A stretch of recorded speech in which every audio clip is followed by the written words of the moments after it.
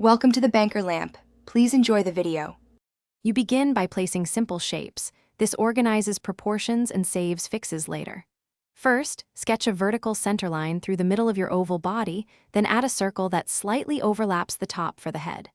Once done, draw a light horizontal eye line halfway up the head circle to mark eye placement. Make sure to use faint strokes so adjustments are easy. These initial guides establish balance, why it matters. Penguins are compact, so accurate base shapes keep the cute, chubby look consistent. Now refine the basic shapes into recognizable features while keeping lines light.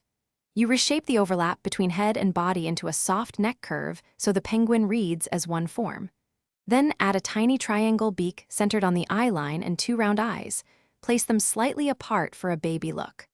Once done, draw teardrop wings attached low on the sides and an oval belly patch.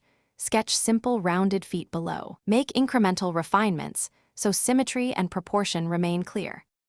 You complete the drawing by confidently inking or darkening the final lines and gently erasing construction marks.